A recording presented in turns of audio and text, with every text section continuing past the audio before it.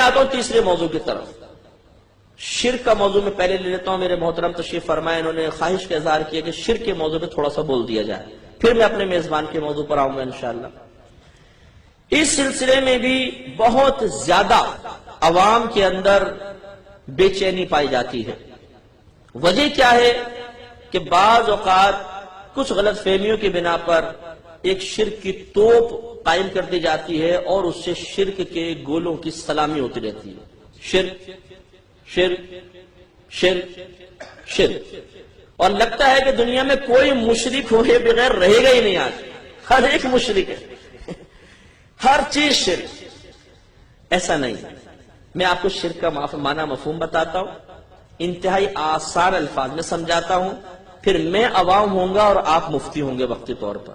آپ مجھے فتویٰ دیں گے کہ کون سی چیز شرک ہے اور کون سی نہیں. پہلے اس کو سمجھ لیجئے. آسان الفاظ میں سمجھاؤں گا, علمی بات ہے, اور ان بھائی سے گزارش کروں گا کہ پانی مت پلائیے, کیونکہ آپ اگر پانی پلائیں گے تو سارا شرک جو ہے وہ سمجھ میں نہیں آئے گا. شرک کا موضوع بہت مہربانی ہوگی. دیکھیں میں تو بیان کر رہا ہوں نا, مجھے زیادہ پیاس لگے گی اور میرے گلے پہ افیکٹ بھی ہے, آپ محسوس بھی کر رہے ہوں گے آواز بھاری ہے, کیونکہ کل 2.5 گھنٹے کا بیان کیا, پھر مسلسل بے آرامی ہوتی رہی اور ابھی مجھے نیند نہیں آ سکی بعض وجوہات کی بنا پر, تو گلے پہ افیکٹ بہت زیادہ ہے. تو میں بھی پانی پیوں گا لیکن تھوڑا وقفے میں, پی نہیں رہا ہوں. تو آپ تھوڑا سا غور سے سنیے, بہت امپورٹنٹ ہے آپ کے لیے, آپ کی نسلوں کے لیے, آپ کے عقیدے کی حفاظت کے لیے, دوسرے کی اصلاح کے لیے بہت ضروری ہے کہ آپ اس بحث کو توجہ کے ساتھ سنیے. شرک کا لغوی معنی ہوتا ہے شریک کرنا, شریک ٹھہرانا, اور شرعی طور پر شرک کا مطلب یہ ہوتا ہے کہ اللہ تعالی کی ذات یا اس کی صفات کے ساتھ کسی غیر کو شریک کر دینا. اللہ کی ذات کے ساتھ یا اس کی جو صفات اور خوبیاں ہیں ان کے ساتھ کسی غیر اللہ کو شریک کر دینا. جو ذات کے ساتھ شرکت ثابت ہوگی اس کو شرک فی الذات کہا جاتا ہے. اگر کوئی صفات میں شرکت کر دے گا تو اس کو شرک فی الصفات کا نام دیا جاتا ہے. اس طرح شرک کی 2 قسمیں بن گئیں, شرک فی الذات, شرک فی الصفات. شرک فی الذات کیا ہے, اس کی کیا صورت ہوگی؟ اس کی کم از کم 3 صورتیں آپ لے لیں. نمبر 1, جس طرح اللہ تبارک و تعالی ہمیشہ سے ہے ایسا کسی اور کو تصور کر لینا کہ وہ ہمیشہ سے ہے, جس کو آپ کہتے ہیں قدیم. اللہ تعالی ہمیشہ سے ہے, وہ ہمیشہ سے ہے. کبھی ایسا نہیں تھا کہ پہلے نہیں تھا پھر دنیا میں آیا, ایسا نہیں. ہم پہلے نہیں تھے پھر ہمارے لیے وجود میں آئے, تو اللہ تعالیٰ قدیم. تو اگر کوئی اللہ کے علاوہ کسی اور کو کہے یہ قدیم ہے تو وہ مشرک ہو جائے گا. جیسے فلاسفہ نے کہا کہ زمانہ ازلی بھی ہے ابدی بھی ہے, یہ ہمیشہ سے ہے زمانہ اور ہمیشہ رہے گا. تو انہوں نے زمانے کو بھی اللہ کے ساتھ ملا کر قدیم کہہ دیا اور شرک کے مرتکب ہو گئے. تو نمبر 1, اللہ کی ذات کے ساتھ شرکت کا مطلب کیا ہے کہ کسی کو اللہ کی طرح قدیم تصور کرنا کہ وہ ہمیشہ سے ہے, کبھی ایسا نہیں تھا کہ پہلے نہیں تھا پھر ہوا, بلکہ ہمیشہ سے ہے. تو یہ شرک فی الذات کی ایک صورت بنی. نمبر 2, جیسے اللہ تبارک و تعالی لائق عبادت ہے, اللہ کے علاوہ کسی بھی مخلوق کو لائق عبادت تصور کرنا. جیسے بت پرست, آتش پرست, سورج کو پوجنے والے, یہ سب کے سب اللہ کے علاوہ بھی کسی اور کو معبود مان رہے ہیں, اس کو عبادت کے لائق سمجھ رہے ہیں, یہ بھی شرک فی الذات ہے. نمبر 3, اللہ تبارک و تعالی کے لیے اولاد کا تصور رکھنا کہ اس کے اولاد ہے, یہ بھی شرک فی الذات کے زمرے میں آئے گی. جیسے کرسچن عیسیٰ علیہ السلام کو اللہ کا بیٹا کہہ دیتے ہیں اور یہودی حضرت عزیر علیہ السلام کو اللہ کا بیٹا کہتے ہیں, یہ بھی شرک ہے. یہ 3 صورتیں شرک فی الذات کی ہوئیں. نمبر 1, اللہ کی مثل کسی کو قدیم تصور کرنا. نمبر 2, اللہ کی مثل کسی کو معبود عبادت کے لائق سمجھنا. اور نمبر 3, اللہ کے لیے اولاد کا تصور رکھنا. اس کا بیان قرآن کے اندر موجود ہے. بعض چیزوں کا ہے, بعض کا صراحتاً نہیں ہے, لیکن بہرحال ہے. اب آ جائیں شرک فی الصفات کے اوپر. شرک فی الصفات یہ ہے کہ اللہ تبارک و تعالی کی جتنی بھی صفات ہیں وہ جن خوبیوں سے متصف ہیں یا ان صفات میں جو خوبیاں پائی جاتی ہیں, کسی مخلوق میں وہی صفت ان تمام خوبیوں کے ساتھ مان لینا, یہ شرک فی الصفات.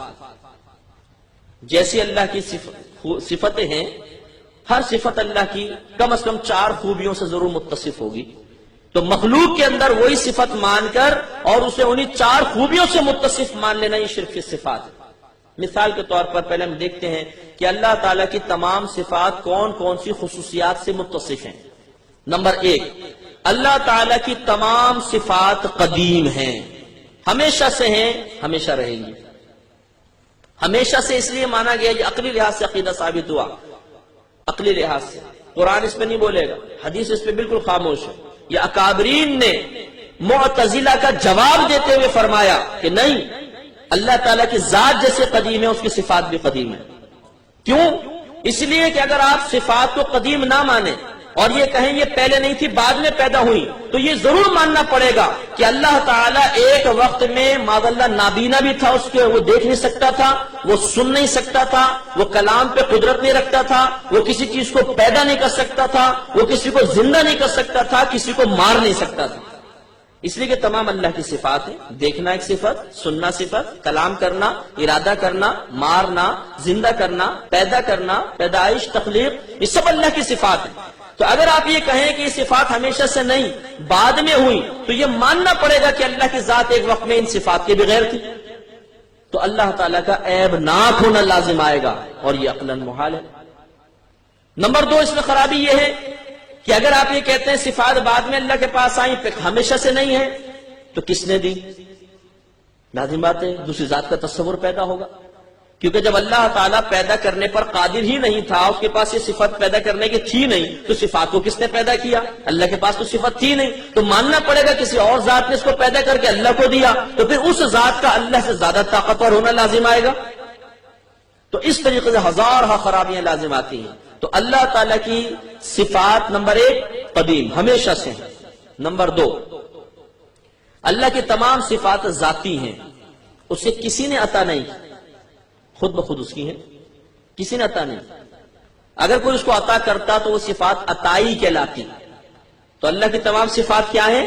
ذاتی۔ نمبر 1 قدیم، نمبر 2 ذاتی، نمبر 3 لا محدود، ان کی کوئی حد نہیں، وہ کہاں تک دیکھ سکتا ہے، وہ کہاں تک کی آواز سن سکتا ہے، وہ کتنے ارادے کر سکتا ہے، کتنوں کو مار سکتا ہے، کس حد تک زندہ کر سکتا ہے، کوئی حد مقرر نہیں کر سکتا۔ اس کی صفات لامحدود ہیں۔ علم اللہ کی صفت ہے، اس کی کوئی حد نہیں، کوئی کنارہ نہیں۔ اللہ کے علم کا کوئی کنارہ نہیں ہو سکتا، اس کی حد ہی نہیں۔ تو نمبر 1 اللہ کی تمام صفات کیا ہیں؟ قدیم۔ نمبر 2 ذاتی۔ نمبر 3 لامحدود، کوئی حد نہیں۔ نمبر 4 غیر فانی، اللہ کی کسی صفت پر فنا نہیں ہے، کبھی بھی فنا نہیں ہوگی۔ تو معلوم یہ ہوا اللہ تعالیٰ کی ہر خوبی 4 صفات سے ضرور متصف ہوگی، قدیم، ذاتی، لامحدود اور غیر فانی۔ اب اگر کوئی مخلوق کی صفت کے اندر ان 4 خوبیوں کو مان لے گا وہ مشرک ہو جائے گا، اور بعض اوقات ان میں سے ایک کو بھی مان لے گا تو مشرک ہو جائے گا۔ مثال کے طور پر کوئی یہ کہے کہ فلاں ولی کا علم قدیم ہے، ہمیشہ سے ہے، مشرک، کیونکہ علم قدیم نہیں ہو سکتا، اللہ کا علم قدیم ہے۔ جب اللہ نے اس کو دیا تو اس کے پاس پہلے علم نہیں تھا، اللہ کے دینے سے ہوا تو علم اس کا قدیم نہ رہا، شرک ہو جائے گا۔ نمبر 2 مخلوق کی جتنی صفات ہیں وہ ہے عطائی۔ اگر کوئی کسی مخلوق کی کسی بھی صفت کو کہے گا کہ اللہ نے اس کو نہیں دی، خود بخود ہے، مشرک ہو جائے گا۔ فلاں ولی مدد کر سکتا ہے اللہ کی عطا کے بغیر، فوراً مشرک ہو جائے گا، اس لیے کہ کوئی اللہ کے بغیر ایک تنکا بھی کسی کو نہیں دے سکتا۔ یہ مسلمان کا عقیدہ الحمدللہ۔ تو مخلوق کی صفات کیا ہوئی؟ غیر قدیم اور غیر ذاتی یا عطائی۔ نمبر 3 اگر کوئی یہ کہے کہ کسی مخلوق کی صفت لامحدود ہے، اس کی کوئی حد نہیں، شرک ہو جائے گا۔ ایک ہے کسی مخلوق کی صفت کو لامحدود ماننا، ایک ہے حد نہ جان پانا، فرق ہے۔ ہمارے نبی کا علم کتنا ہے آپ بتا سکتے ہیں؟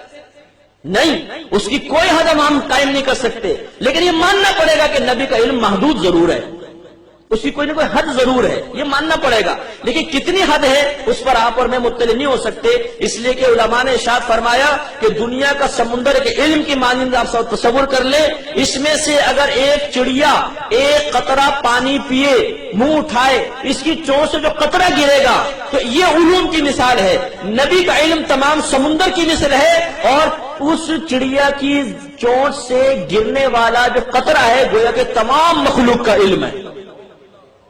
کوئی تقابل ہے، کوئی موازنہ کر سکتا ہے؟ اتنا عظیم علم ہے ہمارے نبی کا۔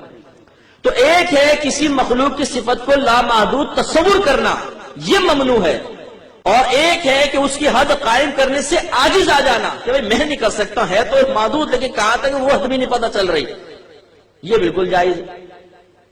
نمبر 4، اگر کوئی کہے کہ مخلوق کی کوئی صفت کبھی فنا نہیں ہو سکتی، غلط۔ ہر شے فنا ہونے والی ہے، ہر شے فنا ہونے والی ہے۔ اللہ کی صفات فنا نہیں ہو سکتی، مخلوق کی صفات فنا ہوں گی۔ اب یہاں پر بھی دو باتیں، ایک ہے کہ مخلوق کی صفت کو فانی تصور کرنا، یہ ہم پہ فرض ہے کہ تمام مخلوق کی صفات فانی ہیں۔ دوسرا یہ کہ ضروری نہیں کہ فانی ہو تو فنا بھی ہو جائے، جیسے ہمارے نبی کی صفات کہ اللہ نے جو عطا فرمایا اب اس پہ فنا نہیں ہو سکتی۔ ہاں وہ فانی ہم مانیں گے کہ فنا ہو سکتی ہیں، لیکن کیا ہوں گی؟ ان پہ کبھی ایسا نہیں ہوگا۔ مثال کے طور پر کیا یہ ممکن ہے کہ نہیں کہ میں گلاس اٹھا کے آپ کے سر پہ مار دوں؟ ممکن تو ہے نا، دماغ گھوم جائے مار دوں، لیکن کیا میں ماروں گا؟ نہیں، میں آپ کا ادب کروں گا، احترام کروں گا۔ ایک چیز ممکن ہوتی ہے لیکن ضروری نہیں کہ وہ ممکن وقوع پذیر بھی ہو جائے۔ تو ہمارے نبی کریم صلی اللہ علیہ وسلم کی صفات کو ہم فانی متصور کریں گے تاکہ اللہ کی صفات سے فرق ہو جائے، لیکن کیا یہ فنا ہونا واقعی بھی ہوا ہے؟ ایسا نہیں ہوگا، کیونکہ اللہ نے قرآن میں اعلان فرما دیا وَلَلْآخِرَةُ خَيْرٌ لَكَ مِنَ الْأُولَىٰ، اے حبیب ہر آنے والی گھڑی آپ کے حق میں پہلی سے بہتر ہے۔ جو صفات اللہ نے آپ کو عطا فرمائی اس کو روز بروز ترقی ہوتی جائے گی، فضائل و کمالات و برکات کے اندر ترقی ہوگی، اس میں کبھی کمی نہیں ہوگی، لیکن یہ عقیدہ رکھنا پھر بھی ہم پہ لازم ہوگا کہ ہاں اللہ کے علاوہ مخلوق کی صفات پر فنا ممکن ہے، لیکن ممکن مارد وجود میں بھی آ جائے یہ ضروری نہیں۔ ممکن ہے کہ اللہ تعالیٰ اس مکان کو سونے کا بنا دے، لیکن شاید یہ وقوع پذیر قیامت تک نہ ہو۔ تو ممکن ہونا اور وقوع پذیر ہونا یہ کوئی لازم ملزوم نہیں ہے۔ تو اب دیکھیے اللہ کی ہر صفت 4 صفتوں سے متصف، نمبر 1 قدیم، نمبر 2 ذاتی، نمبر 3 لامحدود، نمبر 4 غیر فانی، اور مخلوق کی صفات بھی ہر صفت 4 خوبیوں سے متصف۔ نمبر 1 غیر قدیم، اس کو حادث بھی کہتے ہیں، لفظ یاد رکھیے گا، حادث، ہا الف دال اور ثا، حادث۔ تمام مخلوق کی صفات غیر قدیم۔ نمبر 2 عطائی، نمبر 3 فانی، نمبر 4 محدود۔ یہ فرق آپ کے ذہن میں آ گیا؟ یہ فرق اگر آپ ملحوظ نہ رکھیں تو کائنات میں کوئی شرک سے بچ ہی نہیں سکتا، نہیں بچ سکتا۔ مثال کے طور پر آپ سب نے جو اپنے لباس پہن رکھا ہے اس کا مالک کون ہے؟ آپ کہیں گے میں ہوں۔ بھئی آپ نے جو لباس پہنا ہو آپ اس کے مالک ہیں کہ نہیں؟ حالانکہ اللہ فرماتا ہے کہ لہو ما فی السماوات و ما فی الارض، اللہ ہی کی ملکیت میں ہے جو کچھ آسمانوں میں ہے، جو کچھ زمین میں ہے، وہ تمام چیزوں کا مالک ہے۔ اب بتائیے آپ مشرک ہو گئے کہ نہیں ہو گئے؟ اللہ کہہ رہا ہے میں مالک، آپ کہہ رہے اس لباس کا میں مالک، 2 مالک۔ وصف ملکیت میں شرکت ثابت ہو گئی نہیں ہو گئی؟ آپ کیسے اس شرک کے الزام سے بری ذمہ ہوں گے؟ آپ کہیں گے کہ اللہ تعالیٰ کا مالک ہونا قدیم، میرا غیر قدیم، اس کا ذاتی، میرا عطائی، اس کا غیر فانی، میرا فانی، اس کا لا محدود، میرا محدود۔ شرک ختم ہو گیا؟ میں مانوں گا بالکل ٹھیک کہہ رہے ہیں آپ دیکھ رہے ہیں، دیکھنا ایک صفت ہے، اللہ بھی دیکھ رہا ہے کہ نہیں؟ بتائیے شرک ہو گیا کہ نہیں ہو گیا؟ آپ کہیں گے نہیں مفتی صاحب یہ شرک نہیں ہوا، اس لیے کہ اللہ کا دیکھنا قدیم، میرا غیر قدیم، اس کا ذاتی، میرا عطائی، اس کا لامحدود، میرا محدود، اس کا غیر فانی، میرا فانی۔ شرک کہاں سے ہوا؟ ٹھیک ہے میں تسلیم کروں گا۔ اب آجیے اس طرف، اللہ کے لیے علم غیب ہے کہ نہیں؟ ثابت ہے؟ میں کہتا ہوں نبی کے لیے بھی ثابت ہے۔ آپ کہیں گے مفتی صاحب تو شرک ہو گیا، میں کہوں گا نہیں، اس لیے کہ اللہ کا علم غیب قدیم، نبی کا غیر قدیم، اللہ تعالیٰ کا ذاتی، نبی کا عطائی، اللہ تعالیٰ کا لامحدود، نبی کا محدود، اللہ تعالیٰ کا غیر فانی، اور نبی کے علم پر فنا ممکن ہے اگرچہ وہ کوئی پذیر نہیں ہوگی۔ تو جب ہر چیز میں آپ ان 4 دلیلوں کو دے کر شرک سے بچ گئے تو علم غیب مصطفیٰ میں شرک کہاں سے ثابت ہو گیا؟ جی میلاد مصطفیٰ منانا شرک ہے، لا حول ولا قوت، جتنا شرک کو ختم کرنے والا میلاد مصطفیٰ ہے اور کوئی چیز نہیں ہو سکتی ہے، اس لیے کہ میلاد ولادت سے ہے اور خدا پیدا نہیں ہوتا، بندہ ہی پیدا ہوتا ہے، مخلوق ہی پیدا ہوتی ہے، تو شرکت کو تو احتمال ہی نہیں میلاد میں، لیکن پھر بھی جی میلاد شرک ہے۔ اب آپ خود بتائیے بچکانہ بات ہے کہ نہیں؟ میلاد کو شرک کہنا ہے کہ شرک کرنا ہے؟ لا حول ولا قوت، کیسے شرک ہو جائے گا؟ نبی کریم کو دور سے پکارنا شرک ہے، اس لیے کہ اللہ تعالیٰ دور کی آواز سن سکتا ہے، آپ نبی کے لیے بھی ثابت کر رہے ہیں۔ ذرا سے توجہ چاہوں گا، ذرا سے توجہ، یہ انتہائی احمقانہ الزام ہے، انتہائی احمقانہ۔ کیوں؟ اس لیے کہ ہمارا رب تو دور کی آواز سنتا ہی نہیں ہے۔ آپ کہیں مفتی صاحب یہ کیا کہہ رہے ہیں؟ میں بالکل صحیح کہہ رہا ہوں، پہلے اس چیز کا نام بتائیے کہ اللہ تعالیٰ جس سے دور ہے، لائیے وہ چیز میرے سامنے کہ اللہ اس سے دور ہے، بتائیے۔ اللہ اپنے علم اور قدرت کے اعتبار سے پوری کائنات کو محیط ہے، وہ ہماری شہرت سے زیادہ قریب ہے۔ اللہ تعالیٰ تو قریبی آوازیں سنتا ہے، اگر دور کی آواز سننا کسی کا خاصہ ہو سکتا ہے تو ہمارے نبی کا خاصہ ہو سکتا ہے۔ شرکت کہاں سے ہو جائے گی؟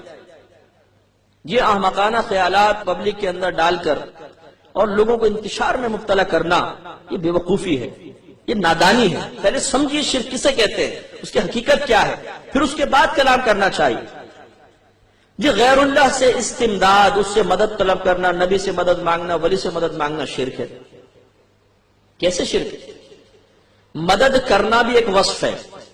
اگر آپ کہتے ہیں مدد صرف اللہ سے مانگنی چاہیے، مخلوق سے نہیں، کہ مخلوق سے مانگو گے شرک ہو جائے گا، تو ہم پہلے تو اسی اپنے ایک ضابطے کے تحت اس کو دیکھیں گے۔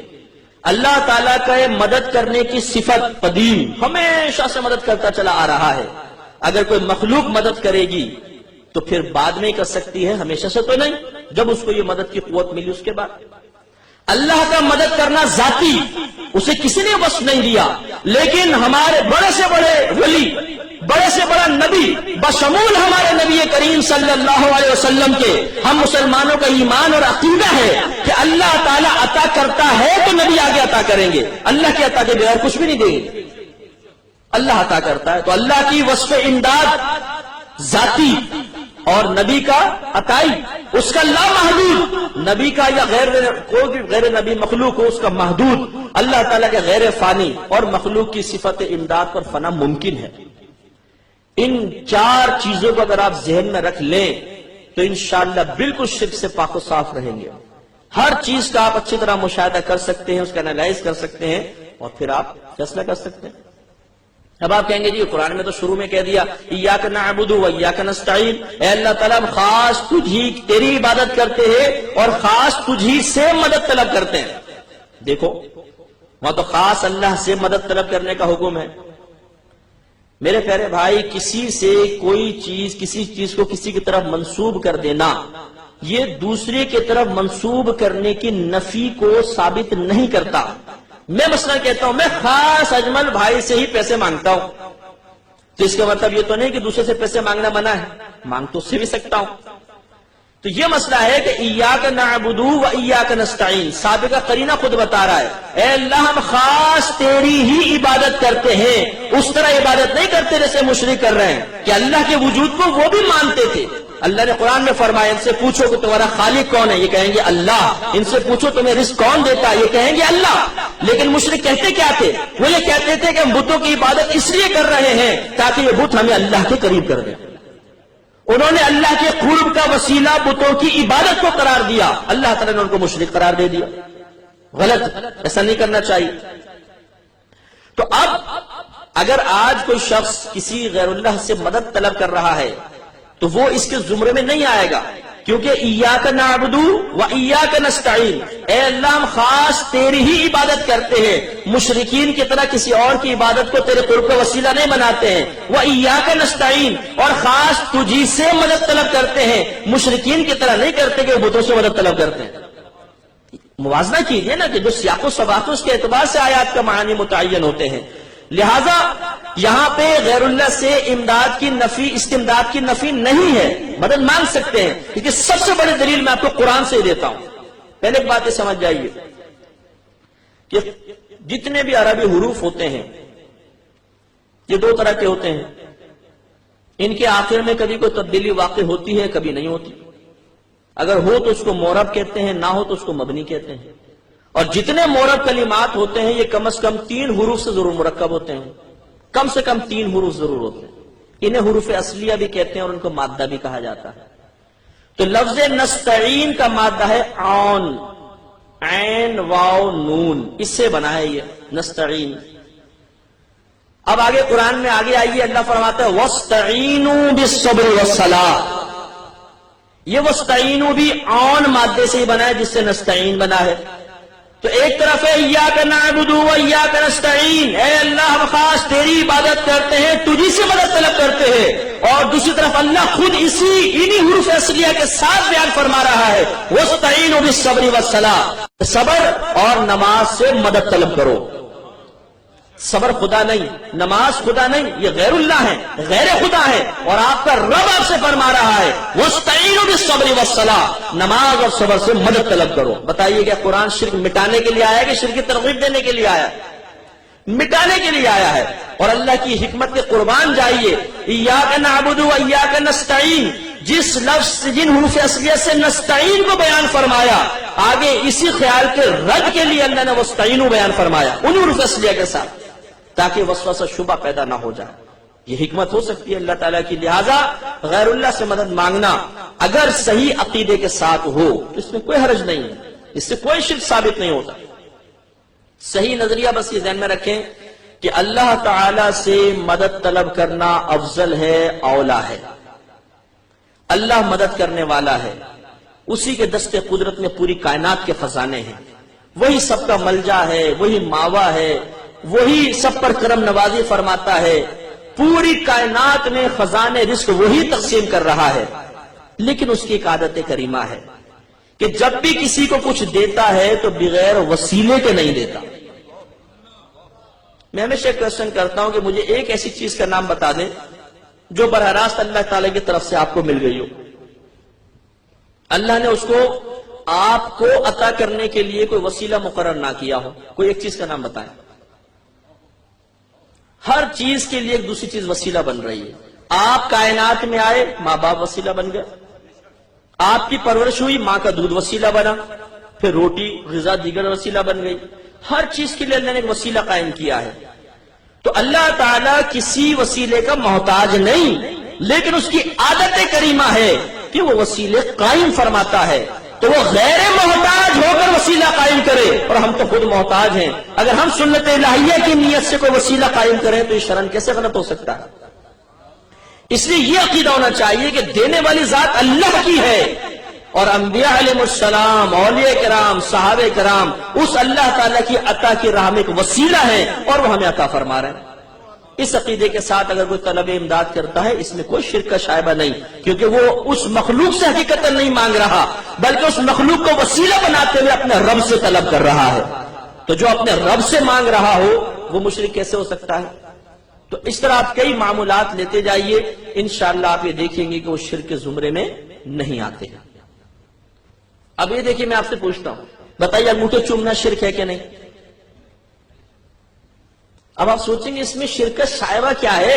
اگر اللہ کا نام سن کر یا اللہ کے ساتھ کوئی خاص ہوتا ہے اس کے لیے انگوٹھے چومے جاتے، پھر نبی کے لیے ہوتا تو کوئی وسوسہ بھی آتا. اب کہاں انگوٹھے چومنا صرف نبی کے لیے خاص؟ اس میں کون سا شرک کا شائبہ ہے بتائیے؟ کچھ شرک فی ذات ثابت ہو رہا ہے، کچھ شرک فی صفات ثابت ہو رہا ہے. نبی کے لیے اگر انگوٹھے چوم کے تو آنکھوں سے لگاتا ہے تو کیا نبی کو معبود سمجھ رہا ہے، قدیم سمجھ رہا ہے، خالق و مالک سمجھ رہا ہے؟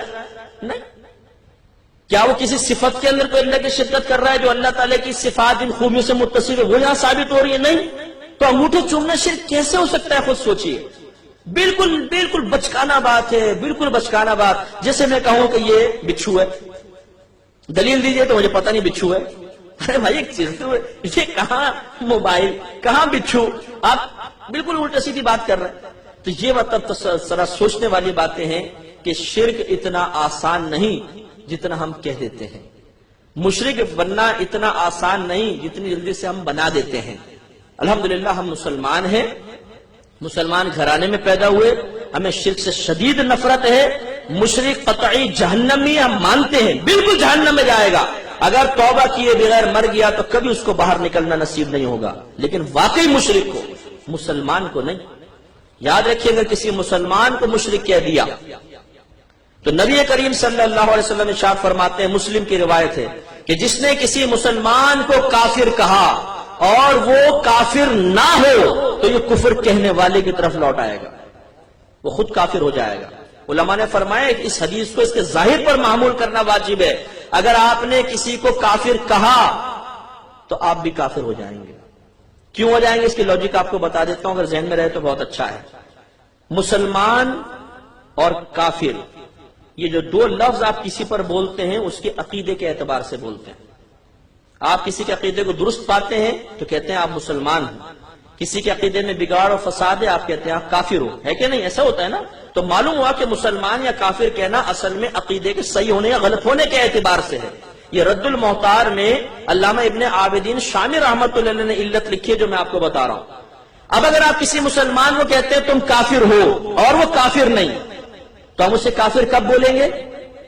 جب اس کے عقیدے کفریہ ہوں گے، حالانکہ اس کے عقیدے کفریہ نہیں ہے، مسلمانوں والے ہیں، تو گویا کہ ہم نے اسے کافر کہہ کے یہ ثابت کرنے کی کوشش کی کہ اس کے تمام اسلامی عقائد کفریہ ہیں، تو اسے کافر کہنے کی وجہ سے ہم کافر نہیں ہوئے، بلکہ اس کے اسلامی عقائد کو کفریہ عقائد قرار دینے کی بنا پر اللہ تعالیٰ ہمیں دار اسلام سے خارج کر دیتا۔ یہ ہے اصل علت۔ اب مسلمان کو مشرک کہنا کتنی بری بات ہے۔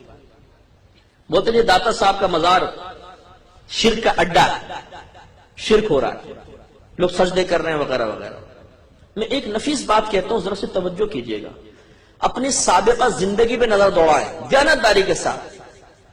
آپ اگر کبھی مزار پر گئے، آپ نے اپنی آنکھوں سے کسی آدمی کو خاص سجدہ کرتے ہوئے دیکھا ہے قبر کو؟ خود سوچئے گا، بس مجھے نہ کہیں، خود سوچئے گا۔ جو سجدے کی حیت ہے، کبھی آپ نے زندگی میں کسی ایک شخص کو بھی قبر کو اس طرح سجدہ کرتے ہوئے دیکھا ہے؟ دیانتداری سے سوچئے گا۔ میں خدا کی قسم کھا کے کہتا ہوں، سینکڑوں مزاروں پہ گیا ہوں، آج تک اپنی زندگی میں کسی قبر کو سجدہ کرتے ہوئے نہیں دیکھا، خدا کی قسم کھا کے کہتا ہوں۔ اور آپ بھی اب سوچیں گے آنکھیں بند کر کے تو آپ کہیں گے واقعی صحیح کہہ رہے ہیں، ہم نے تو خالی سنا ہے جی قبر پرستی ہوتی ہے، قبر کو سجدہ کر رہے ہیں۔ نہیں، کوئی سجدہ نہیں کرتا، پھر بالفرض اگر سجدہ بھی کر رہا ہو، بالفرض سجدہ بھی کر رہا ہو، ذرا توجہ رکھیے گا، آخری بات، پھر میں اپنے میزبان کے موضوع کی طرف آؤں گا۔ تو سجدہ دو طرح کا ہوتا ہے، اور بھی قسمیں لیکن ہم بڑی دو لیتے ہیں، ایک سجدہ عبادت، ایک سجدہ تعظیمی۔ سجدہ عبادت کا مطلب یہ ہے کہ کسی کو عبادت کے لائق سمجھ کر اسے سجدہ کرنا، اور سجدہ تعظیمی کا مطلب یہ ہے کہ اسے لائق عبادت تو نہ سمجھا جائے، قابل تعظیم سمجھتے ہوئے اسے سجدہ کرنا سجدہ تعظیمی ہے۔ ہمارے مذہب اسلام کی تعلیمات کے مطابق سجدہ عبادت کفر و شرک اور سجدہ تعظیمی حرام اور گناہ کبیرہ ہے، لیکن آدمی کافر نہیں ہوتا۔ اب دیانتداری سے بتائیے، اگر ایک گاؤں کا، پنڈ کا دیہاتی بھی کسی صاحب مزار کی قبر پہ سجدہ کر رہا ہو تو کیا وہ اسے معبود سمجھ کر سجدہ کر سکتا ہے؟ میرے خیال میں کبھی بھی نہیں۔ وہ اسے اللہ کا ولی سمجھ کر، قابل تعظیم سمجھ کر ہی سجدہ کرے گا، کوئی بھی ایسا نہیں ہوگا کہ لائق عبادت ہے اس کو سجدہ کر رہا ہوں۔ میں سمجھتا ہوں مسلمان کے ساتھ یہ بدگمانی بالکل غلط ہے، یہ ہو ہی نہیں سکتا کہ کوئی مسلمان یہ سمجھے کہ یہ لائق عبادت ہے اس کو سجدہ کرو بھائی، ایسا نہیں ہو سکتا۔ لہذا زیادہ سے زیادہ آپ یہ کہہ سکتے ہیں کہ یہ حرام اور گناہ کبیرہ کا مرتکب ہے، اب بھی اسے کافر کہنا کیسا ہے؟ غلط ہے کہ نہیں؟ اب وہی مسلم کی روایت، اگر اب وہ صرف سجدہ تعظیمی کر رہا ہے اور آپ نے اسے کافر کہہ دیا تو وہ تو کافر نہ ہوا، آپ جو تقوی کے پیکر بنے ہوئے اور آپ کو تقوی کا ہیضہ ہو گیا، ملیریا ہو گیا، آپ کافر ہو جائیں گے۔ عباس کہتے ہیں نہیں ہم نہیں مانتے یہ تقسیم، بس ہم نہیں اس کو لیتے، بس جو سجدہ کر رہا ہوگا ضرور کافر ہوگا، ہمیں کیا پتا تعظیمی کر رہا ہے، سجدہ عبادت کر رہا ہے، بس ہم اسے کافر کہیں گے، مشرک کہیں گے، ایسا نہیں۔ آپ کو پہلے معلوم کرنا ہوگا، اگر آپ اس تقسیم کو نظر انداز کر دیں گے تو کائنات میں کوئی بھی شرک سے نہیں بچ سکے گا، ہر مسلمان مشرک ہو جائے گا۔ کیسے؟ ایک جگہ جمعے کی نماز ختم ہوئی، ایک آدمی کھڑا ہو گیا، کہنے لگا سب کلمہ پڑھو لا الہ الا اللہ محمد رسول اللہ، اس لیے کہ تم سب مشرک ہو گئے۔ لوگوں نے کہا لا حول ولا قوت، اللہ کی بارگاہ میں سجدہ کرتے مشرک ہو گئے، کمبخت یہ کیا کہہ رہا ہے؟ کہنے لگا میں نے یہ دیکھا کہ امام صاحب قبلے کی دیوار کو سجدہ کر رہے تھے، پچھلے والی صف امام کو سجدہ کر رہی تھی، سیکنڈ صف پہلی کو، تیسری دوسری کو، چوتھی تیسری کو، ایک دوسرے کو سجدہ کر رہے تھے، تم سب کافر ہو گئے، مشرک ہو گئے، کلمہ پڑھو کلمہ پڑھو۔ لوگوں نے کہا بے وقوف انسان، ہم بظاہر ایک دوسرے کے سامنے جھکے ہوئے تھے لیکن اصل نیت تو اللہ کو سجدہ کرنے کی تھی نا۔ معلوم ہوا نیت کا اعتبار ہے، جھکنے کا نہیں۔ اگر جھکنے کا اعتبار ہو تو گھر کی عورت کو دیکھیے گا کبھی جوتی تلاش کرنے کے لیے بستر کے نیچے جھکتی ہے، جیسے جھکے کہ آپ بولے مشرکہ ہو گئے کمبخت، کیونکہ جھک گئی بستر کے سامنے۔ گاڑی ٹھیک کرنے والے کے پاس گئے، وہ جھکا ہوا کارپینٹر نیچے کہا گئے مشرک ہو گیا، کیوں تم جھکے ہوئے تھے؟ ارے بھائی خالی جھکنے سے کوئی ہو جاتا ہے، نیت درکار ہے۔ نیت اگر آپ نہ مانیں گے تو کوئی مسجد کے اندر شرک سے نہیں بچے گا۔ جب نیت ہی اصل ہوئی، اب میں آپ سے پوچھتا ہوں کہ جو شخص سائر مدار کے سامنے بالفعل اگر جھکا بھی ہوا ہے تو اس کی نیت پر مطلع ہونے کے لیے آپ کے پاس کیا پیمانہ ہے بتائیے؟ نبی کے لیے تو آپ کہیں کہ نبی کو دیوار کے پیچھے کا بھی علم نہیں ہے، اور خود آپ کسی شخص کو جھکا ہوا دیکھیں تو آپ یہ تصور کریں کہ ضرور اس کی نیت عبادت کی ہے۔ سبحان اللہ، نبی کے لیے تو دیوار کے پیچھے کا علم نہ مانا جائے، اور اپنے لیے ماشاءاللہ اتنی وسعت علمی کہ کسی کے قلب میں جھانک کر آپ نے دیکھ لیا کہ کس نیت سے سجدہ کر رہا ہے، انتہائی غلط چیز ہے، بالکل غلط۔ میں الحمدللہ جہاں جمعے کی نماز پڑھاتا ہوں میرے بیان اکثر اصلاحی ہوتے ہیں، تو میرے پیچھے بہت سارے لوگ نماز آ کے پڑھتے ہیں۔ اب میں نے ایک دفعہ یہ کہا کہ بھائی بالفرض اگر استمداد کا قائل مشرک ہے، نبی کریم کے لیے علم غیب کو ماننے والا مشرک ہے، میرے پاس کے دلائل ہیں قرآن سے حدیث سے، میں سنی سنائی بات کرتے ہی نہیں ہوں۔ میں نہیں کہتا ہوں جی میں نے سنا ہے اپنے بڑوں سے تو بیان کر رہا ہوں، ہاں میں نے بڑوں سے بھی سنا ہے، اور میرے بڑوں کے قول الحمدللہ اتھینٹک ہے، اس لیے کہ میرا الحمدللہ یہ تجزیہ ہے، مشاہدہ ہے، تجربہ ہے، میرا وسعت مطالعہ ہے کہ انہوں نے قرآن و حدیث سے نتائج اخذ کر کے ہم تک پیش کیے، تو میں نے وہاں پہ گزارش کی کہ میں ان تمام چیزوں کا قائل ہوں۔ اب بتائیں میں مشرک ہوں کہ نہیں؟ اگر بالفرض میں مشرک ہوں تو میرے پیچھے نماز پڑھنا کیسا؟ اگر آپ میرے پیچھے کھڑے ہو کے نماز پڑھ رہے ہیں تو مجھے مشرک سمجھ کے پڑھ رہے ہیں یا مسلمان؟ اگر مشرک سمجھ کے پڑھ رہے ہیں تو مشرک کے پیچھے نماز پڑھنا کفر، اور اگر مسلمان سمجھ کے نماز پڑھ رہے ہیں تو مشرک کو مسلمان سمجھنا کفر۔ دونوں صورتوں میں کوئی نہیں بچ سکتا۔ تو اب جو لوگ تھے وہ کوئی ادھر دیکھے کوئی ادھر دیکھے، اور وہ تو حقیقت میں آپ کو بتاتا ہوں کہ صرف یہ سنی سنائی باتیں ہوتی ہیں، غلط فہمیاں ہوتی ہیں، انہیں زبان سے ادا کر دیا جاتا ہے۔ جب اس کی حقیقت پر غور و تفکر کیا جاتا ہے تو پردے کھلتے چلے جاتے ہیں کہ ہم آپس میں بہت زیادہ غلط فہمیوں کا شکار ہیں، انتشار کا شکار ہیں۔ مسلمان مشرک نہیں ہے، سمجھنے کی ضرورت ہے۔ ہاں جو غلط ہے وہ غلط ہے، اسے کبھی کوئی صحیح نہیں کہے گا۔ میں نہیں کہوں گا کہ مزار پہ ہونے والی ہر چیز صحیح ہے، عرسوں کے اندر ہونے والی ہر چیز صحیح ہے، ڈھول ڈھمکا، ناچنا گانا، عورتوں مردوں کا اختلاط، یہ گندی حرکات ہمارے بزرگان دین نے بالکل نہیں کی، ان کو منع فرمایا۔ اگر کوئی مزار پہ کر رہا ہے تو غلط کر رہا ہے۔ اسی طرح اگر کوئی امداد وغیرہ میں کسی بھی مسئلے میں خلاف شرع کام کرے گا اس کی بالکل حوصلہ افزائی نہیں ہوگی، لیکن جو قرآن و حدیث سے بات ثابت ہے، کوئی عمل قیودات شرعیہ کے مطابق ہے، اس کو غلط نہ کہیے۔ سوچے سمجھے بغیر اگر آپ کہیں گے تو خود بھی پھر آپ نہیں بچ سکیں گے۔ اب آخری بات بس اس میں عرض کر کے آگے چلتا ہوں، اسی میں ایک بدعت کا مسئلہ بھی ہے کہ جی میلاد منانا بدعت ہے، 11ویں منانا بدعت ہے، تیجا 40واں سب بدعت ہے۔ واٹ از بدعت؟ بدعت کہتے ہیں نئی چیز کو۔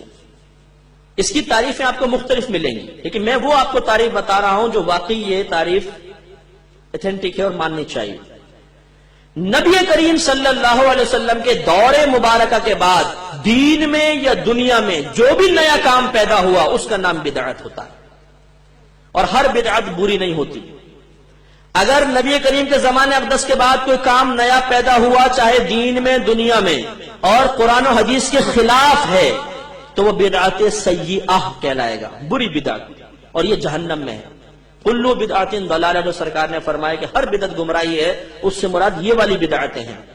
اور اگر کوئی کام ایسا ہوا کہ اللہ کے نبی نے نہیں کیا لیکن وہ کام بعد میں پیدا ہوا اور دین کی تقویت کے لیے ہے، فائدے مند ہے، مسلمان اس سے اچھا سمجھ رہے ہیں، تو یہ ہے بدعت حسنہ، اس کو اچھی بدعت کہتے ہیں۔ اور اگر کوئی نیا کام پیدا ہوا اس کا دین سے کوئی تعلق نہیں، دنیا کا کام ہے، دنیا کے فائدے کے لیے ہے، اگر وہ قرآن حدیث کے خلاف ہے تو وہ بھی بدعت سیئہ، اگر خلاف نہیں ہے تو اس کو بدعت مباحہ کہتے ہیں، نہ گناہ نہ ثواب۔ اب میں چند مثالیں دیتا ہوں۔ مثال کے طور پر مسجدوں پر مینار اور گنبد کس نے بنایا بتائیے؟ سب بناتے ہیں نا. امام صاحب کو تنخواہ دیں گے تھوڑی سی، لیکن مینار کے اوپر لاکھوں روپے خرچ کرتے ہیں، لاکھوں روپے کا سریہ لگاتے ہیں. حالانکہ یہ کوئی سنت نہیں ہے بنانا. نبی کریم نے نہیں بنایا، صحابہ کرام نے نہیں بنایا. یہ تو بعد میں فقہائے اسلام نے اس کی اجازت دی، اس لیے کہ لوگوں کے گھر پکے بننا شروع ہوئے، مسجد میں اور گھر میں امتیاز ختم ہو گیا. مسافر آتے تھے، انہیں پتہ نہیں چلتا تھا مسجد کہاں ہے، تو پھر کہا بھی کوئی مابہل امتیاز ہونا چاہیے، کچھ نہ کچھ مسجد میں اور گھروں میں فرق ہونا چاہیے. تو کیا کریں، چلو جی گنبد اور مینار بنا دیں. تو گنبد اور مینار شروع ہو گئے. اب بتائیے اگر یہ بدعت ہے تو ہر مکتبہ فکر کی مسجد پہ گنبد اور مینار نظر آئے گا. وہاں جا کے بدعت کا فتویٰ کیوں دم توڑ دیتا ہے؟ محراب نبی کریم کے دور میں نہیں تھی، سیدھی دیوار ہوا کرتی تھی، بالکل سیدھی دیوار. صحابہ کرام کے دور میں سیدھی دیوار ہے. یہ تو تبع تابعین کے دور میں جا کے کہیں محراب بننا شروع ہوئی. محراب کیوں بناتے ہیں؟ ہر مسجد میں محراب آپ کو نظر آئے گی، کسی بھی مکتبہ فکر کی محراب نظر آئے گی. کیوں؟ جماعت کے لیے ٹائم فکس کرنا، ظہر اتنے بجے ہوگی، عصر اتنے بجے ہوگی، مغرب اتنے بجے ہوگی، عشاء اتنے بجے ہوگی. نہ سرکار نے کبھی فکس کیا، نہ صحابہ کرام نے. جب جمع ہو گئے نماز پڑھا دی. کوئی ٹائم فکس نہیں ہوتا تھا. آج ہر مکتبہ فکر کی مسجد کے اندر جماعت کا ٹائم فکس ہے، اتنے بجے ہوگی، اتنے باقاعدہ اعلان کرتے ہیں. یہ بدعت نظر کیوں نہیں آتی؟ تو معلوم ہوا ہر بدعت بری نہیں ہے. پھر قرآن کے آپ دیکھ لیں، اعراب زبردیر پیش. صحابہ کرام کے دور میں شاید آپ کے لیے نئی بات ہو کہ قرآن پہ نقطے تک نہیں تھے، بغیر نقطوں کے تھا. زبردیر پیش نہیں، نقطے بھی غائب تھے. ان کو اللہ نے اتنا فہم عطا فرمایا تھا کہ وہ پڑھتے تھے تو خود بخود نقطے لگاتے چلے جاتے تھے. ایسا زبردست مطلب ان کا فہم تھا، حافظہ زبردست تھا. نقطے نہیں تھے، بعد میں نقطے لگنا شروع ہوئے. پھر زبر، زیر، پیش، رکوع کے نشانات، وقف کے نشانات، پھر منازل مقرر کرنا، یہ سب بعد کے ہے. حجاج بن یوسف ظالم بادشاہ تھا، اس نے تمام کام کیا تھا. کیا یہ بدعت نہیں ہے؟ اگر ہے تو پھر کیوں ہوتا ہے؟ اب یہ دیکھیں کہ یہ بہت سی میں نے مثالیں دی کہ ہر شخص اس کو کر رہا ہے، اور حالانکہ سب بدعتیں ہیں، لیکن کوئی بدعت حسنہ ہے. بری بدعت کی مثال آپ دیکھیں، اور اس سے یہ بھی ثابت ہوگا کہ نبی کریم کے دور کے بعد ہی بدعت کا آغاز ہوا. سیدہ عائشہ صدیقہ رضی اللہ تعالیٰ عنہ فرماتی ہیں کہ لوگوں میں نبی کریم کے وصال مبارکہ کے بعد جو سب سے پہلی بدعت ظاہر ہوئی وہ پیٹ بھر کر کھانا ہے. یہ آپ کا الفاظ ہے کہ وہ پہلی بدعت جو نبی کریم کے بعد ظاہر ہوئی، پیٹ بھر کے کھانا ہے.